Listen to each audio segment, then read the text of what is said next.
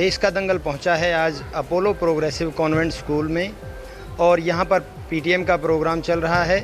तो पीटीएम में जो पेरेंट्स आ रहे हैं, आज बच्चों का रिज़ल्ट अनाउंस किया जा रहा है। तो आज हम जानेंगे कि किस तरीके से यहां पे ये पीटीएम चल रही। हमारे साथ हैं जो अपोलो प्रोग्रेसिव कॉन्वेंट स्कूल के संचालक हैं, प्रिंसिपल हैं।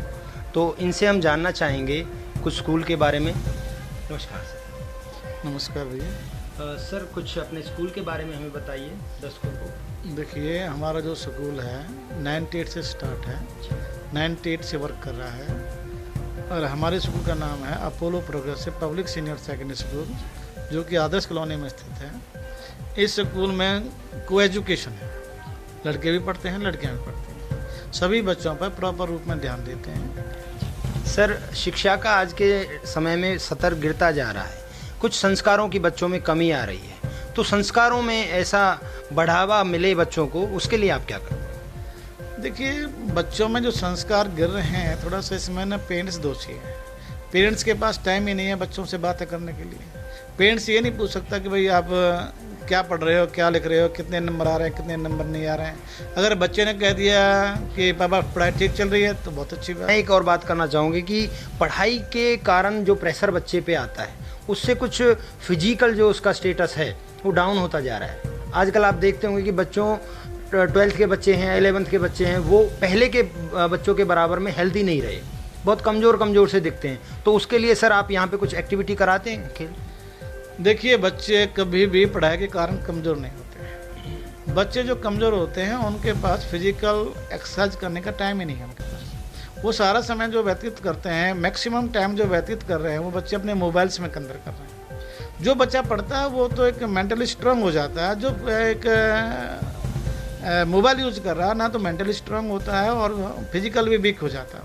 पहले बहुत सारे प्ले ग्राउंड हुआ करते थे, गांव में वो हुआ करते थे, शहरों में भी हुआ करते थे। बहुत सारी स्पेस जगह थी जहां बच्चा खेलता था। हमारे साथ स्कूल के कुछ स्टाफ मेंबर्स भी हैं। तो मैम से हम जानना चाहेंगे कि मैम आज ये क्या प्रोग्राम चल रहा है? सर, आज हमारे यहाँ पे पेरेंट्स टीचर मीटिंग थी, जिसमें इसका क्या उद्देश्य होता है? सर, पेरेंट्स टीचर मीटिंग का ये होता है कि जैसे कुछ बच्चे हैं जिनके मतलब पेरेंट्स यहाँ पे आ रहे हैं, या फिर हम बच्चों का रिजल्ट पेरेंट्स तक प्रोवाइड करते हैं। सर, ये होते हैं पेरेंट्स से फेस टू फेस बातें हो जाती हैं। पीटीएम का प्रोग्राम यहाँ पे चल रहा है, इसका क्या उद्देश्य होता है? नमस्कार मैम। नमस्ते सर। मैम, ये पीटीएम क्या होती है?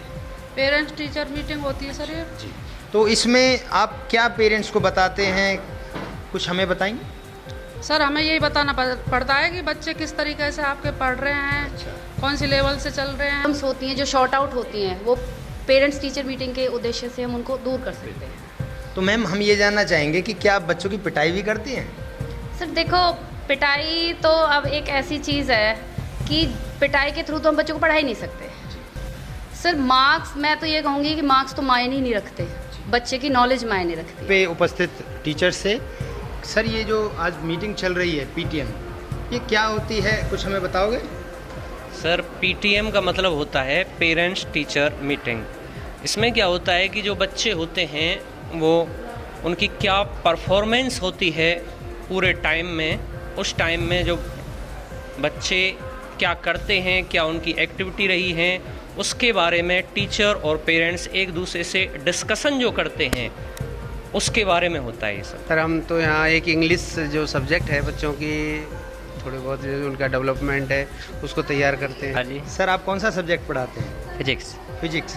तो सर, फिजिक्स के बारे में बच्चे को कैसे इम्प्रूवमेंट मिल सके, उसके लिए आप बताइए। देखो, फिजिक्स में जो इम्प्रूवमेंट है, फिजिक्स क्या है कि जो हमारे फिजिकल वर्ल्ड से रिलेटेड होता है, कि जैसे मान के चलो वो ब्रांच मीन्स से फिजिक्स जो साइंस की ब्रांच है फिजिक्स, उसमें क्या है कि जैसे नेचुरल साइंस है, अर्थ साइंस है, वो सारी चीज़ें। और जो फिजिक्स को जो डेवलपमेंट है वो सिर्फ पॉसिबल इसलिए है कि जब हम उसकी सराउंडिंग की चीज़ों को बता सकें।